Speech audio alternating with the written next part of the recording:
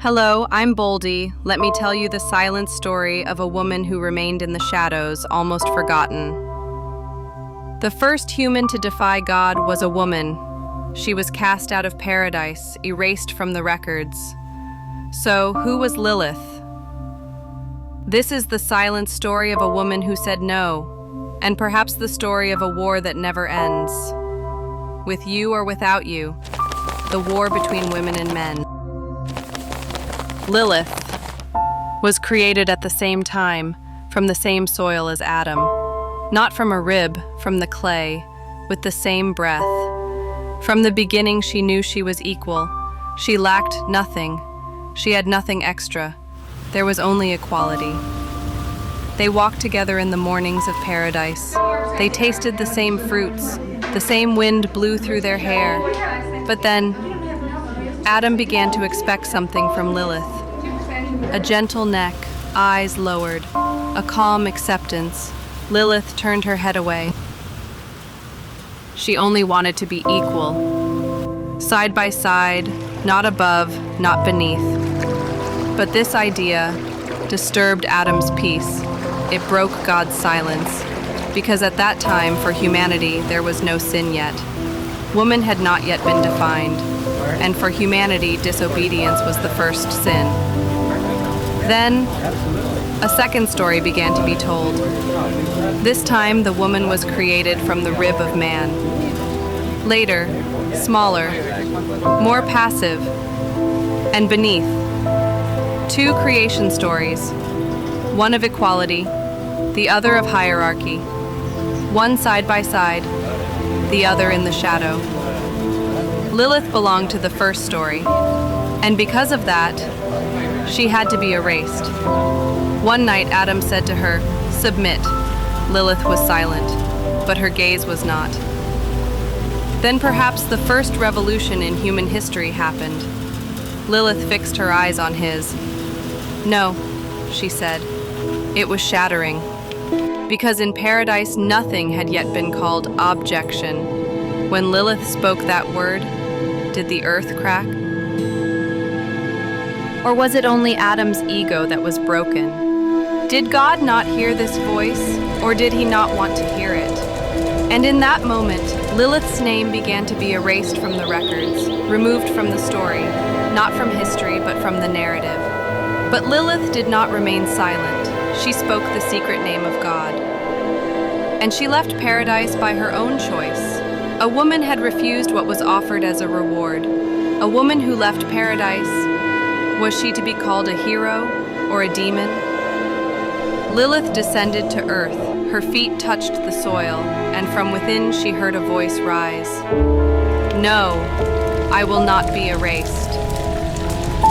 But from that day on, Lilith's voice was stifled. Her eyes were turned to darkness, and she was given a new identity, sin. But Lilith's story did not begin only with rebellion. In its course, her motherhood was taken from her. When she came down to earth, the soil was warm, the sky was silent. It is said she was with Samael.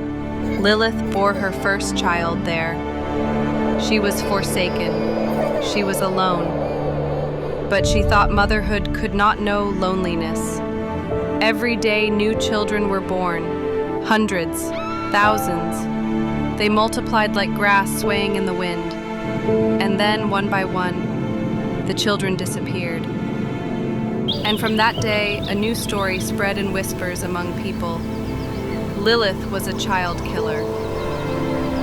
But perhaps the real truth was a curse and the forbidding of motherhood.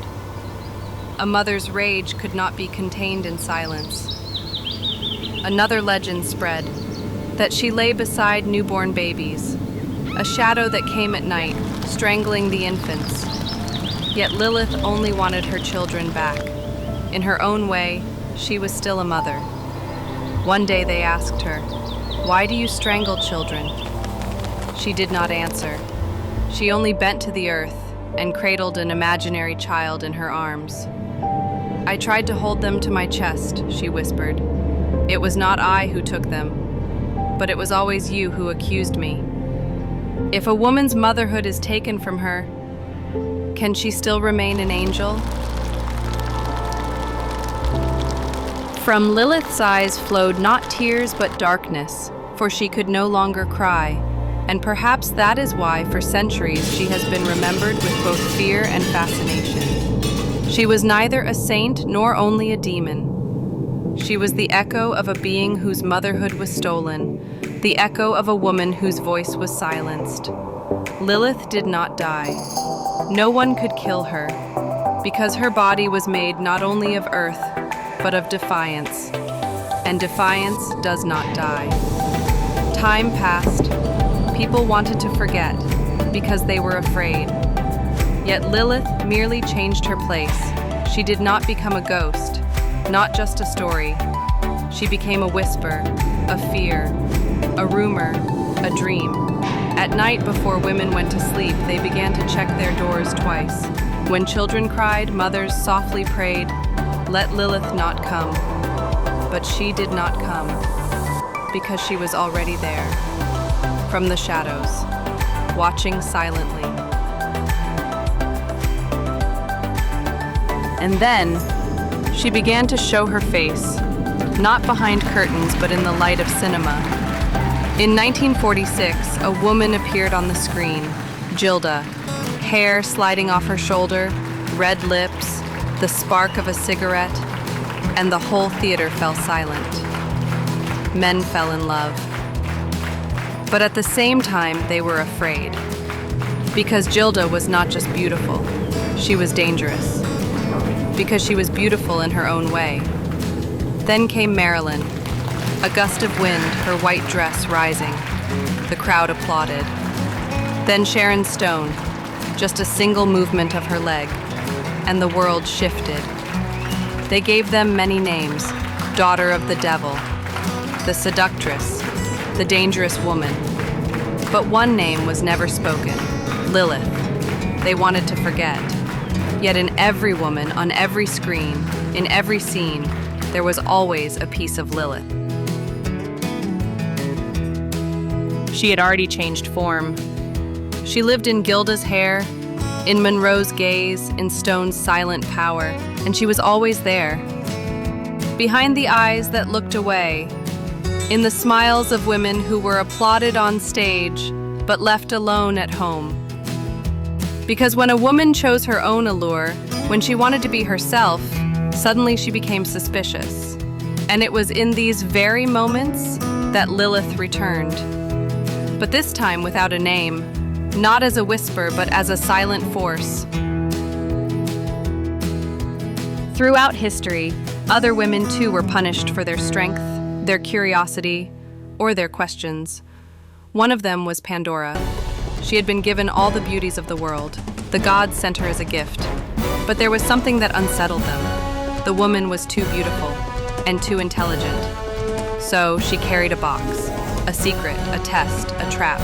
The inside of the box was sealed, but the outside was tempting, and Pandora was told only one sentence: "Do not open it." That was all. Do not open it. But what about curiosity? What about the desire to know? What about the voice of the question why? Pandora looked at the box. What was inside it? Disaster? Knowledge? Desire? When a woman only wanted to look, only wanted to understand, why did the world panic? She opened the box. They never asked her why she opened it, and she never explained. They only said, "How dare you?" But no history book ever told why she did it. They only wrote the outcome. The woman is to blame for disaster. Yet, perhaps the name of that box was really free will. That box represented a woman's mind, her right to choose, her courage to question, and curiosity, while celebrated as discovery for men, was branded as sin for women. Lilith's no was the same as Pandora's why. That box did not hold all the world's disasters. It held the story of fear of a woman's mind, and Pandora was the woman punished simply for wanting to know. And then, Medusa. The story of a woman without a voice, forced to speak with her gaze. She was a priestess in Athena's temple. devoted to silence, purity, and the sacred. Her eyes looked down, her words were prayers. But one day, the god of the seas, Poseidon, came, and he defiled what was sacred. The temple, her body, her silence. They had called her sacred, but once she became a victim, she was sacred no longer. Athena was enraged that her temple was desecrated, but her anger was not aimed at the man, it was aimed at the woman. It was Medusa who was punished. Her body was reshaped. Her hair turned into serpents. Her eyes were cursed. Now whoever looked at her turned to stone. Her gaze was told as a threat. A woman was punished simply for being beautiful. And worse, it was a beauty she had not even chosen. She was a woman. She was beautiful. And she was silenced. When these three combined, mythology named her a monster. But centuries later, women dared to look into her eyes, and they saw something else in that gaze: defense. Feminist movements reclaimed Medusa. They read her petrifying gaze as one that defended her own boundaries.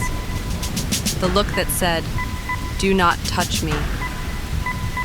Because some women were no longer speaking, they were looking. And that look was not silence, it was survival. Lilith's no, Pandora's why. In Medusa, it turned into a gaze. And that gaze froze not only men, but the order that had been imposed. Lilith, Pandora, Medusa. They were thought to be left in the shadows. But a shadow is only the place that light refuses. And when the light shifts, shadows become illuminated. The forbidden women this time, not in mythology, but in cinema, in music, in popular culture, with new names, but with an energy that was still met with distrust. This part is a bridge to our present, so I want to repeat it. In 1946, a woman appeared on screen, Gilda. With a single strand of hair falling from her shoulder, she split apart the male-dominated language of cinema. It was only a shoulder, but on that shoulder rested both Lilith's courage and Medusa's curse. She put on red lipstick, she lit a cigarette, and the whole theater went silent. Because this woman had not come to be looked at, she had come to look back. Men fell in love, but at the same time they were afraid. Because Gilda was not just beautiful, she was silent, yet powerful. She looked feminine, yet could not be controlled. And a woman who cannot be controlled is dangerous. Then came Marilyn Monroe, a white dress lifted by the wind, a gaze wavering between innocence and desire. But in the depths of Marilyn's eyes, there was something else: loneliness. Everyone was watching her, but no one was truly seeing her. Because once you turn a woman into an icon, you can no longer hear her as a person. And in 1992, Sharon Stone, she sat on a chair, she crossed her legs, and film history was split in two. Never before had a woman's body been so talked about, and yet she hadn't even spoken. She built power with silence. They gave them all kinds of labels: daughter of the devil, she-devil, the white whore. But there was one thing in common. Women who chose their own bodies, their own voices, their own style, were always suspicious. Because if a woman is beautiful for her own desire, if she looks for her own gaze, if she lives by her own rules, then a price will always be attached to her. But they are the return of silenced women, sometimes in a scene, sometimes in a fashion icon, sometimes in a TikTok frame, but they always evoked the same feeling: admiration and unease. Because these women were an identity, and this was still disturbing for many. Throughout history, women were forced into one of three paths. Each opened to another archetype, each was defined with another label, but the common point was always the same. Even if they didn't choose, they were considered to have chosen, and every path had a cost. 1. The path of devotion. This is Psyche's path, the woman who follows love, a symbol of loyalty, emotional depth, and sacrifice. When Psyche fell in love with Eros, she loved him without ever seeing him. But even if love is blind, a woman instinctively wants to see. And one night, with a lamp burning with curiosity, she looked at the face of Eros. The result? She was punished, because even looking at him was forbidden. The woman who chooses love often loses her own gaze. At the end of this path, there is sometimes marriage, sometimes motherhood, sometimes an endless waiting. But most of all, there is this: to love at the cost of forgetting oneself. In the next video, we will analyze Psyche in depth. 2. The path of independence. This is Artemis's path, the choice of solitude. But solitude is not a lack, it is choosing to be full with oneself. Artemis went into the forest. Far from men, from the city, from the system, she set her own rules. Without family, without love, alone, but free. The Amazons walked the same path, nuns, exiled healer women. But to the women who chose this path, they always said, "You will be alone." Yet perhaps being alone did not mean taking less risk, but rather being more yourself. At the end of this path, there is silence. But that silence is a kind of strength, a woman's voice resisting with what she does not say. 3. The path of Lilith, the path where desire and power unite. This path is seen as both the most alluring and the most dangerous. These women neither reject love nor power. They fear neither desire nor solitude. They know their own bodies. They recognize their own desires. And for this, they are declared femme fatale. But most of the time, the real danger is not them. It is their free choices. The women who choose this path are mostly excluded because society does not know what they are: lovers, seductresses, or enemies. But perhaps they could be all at once. Because the path of Lilith means making peace with multiplicity. Yet no matter which path she chose, woman was always defined, confined, labeled, and perhaps the greatest taboo was to step outside these paths. As we arrive in today's world, in the digital age, on social media, the echoes of Lilith rise again. Even today, when a woman laughs too much, she is called frivolous. When she wears red, provocative. When she is strong, they say, she will end up alone. Centuries have passed, but some phrases have never changed. Women are supposed to still lingers on people's tongues. But now, the world has changed. And the place where those molds cracked was the screen. On TikTok, Instagram, YouTube, new female figures are rising, new labels exist. Dark feminine, silent power, high-value woman. But are these just trends, or the echoes of suppressed archetypes in the digital age? Lilith is no longer just a mythological name. She is a hashtag, a caption, a style, a stance. Women are no longer only beautiful. They are showing different faces of power, the threat that comes with a smile, the authority built through silence, the influence gained by withdrawal. But the same questions are still asked. Too powerful? Too sexy? Too confident? And the phrase that follows, how do I deal with her? Because still, femininity is seen as a performance and power as a risk. But this time, the difference is this. Women are no longer just consuming these labels, they are rewriting them. Some with their silence, some with their anger, some with their laughter. And some, just like in that first moment when Lilith raised her head, look into a mirror and whisper the same word, no. But this no is no longer a rejection. It is a direction, a declaration of freedom. Because Lilith is still among us. Sometimes in the face of an influencer, sometimes in the steps of a woman walking down the street, and sometimes in your own reflection in the mirror. If a woman chooses herself, her body, her voice, her desires, why does it still become disturbing? Why is it not a woman's yes, but always her no that is questioned? Maybe this is not only Lilith's story.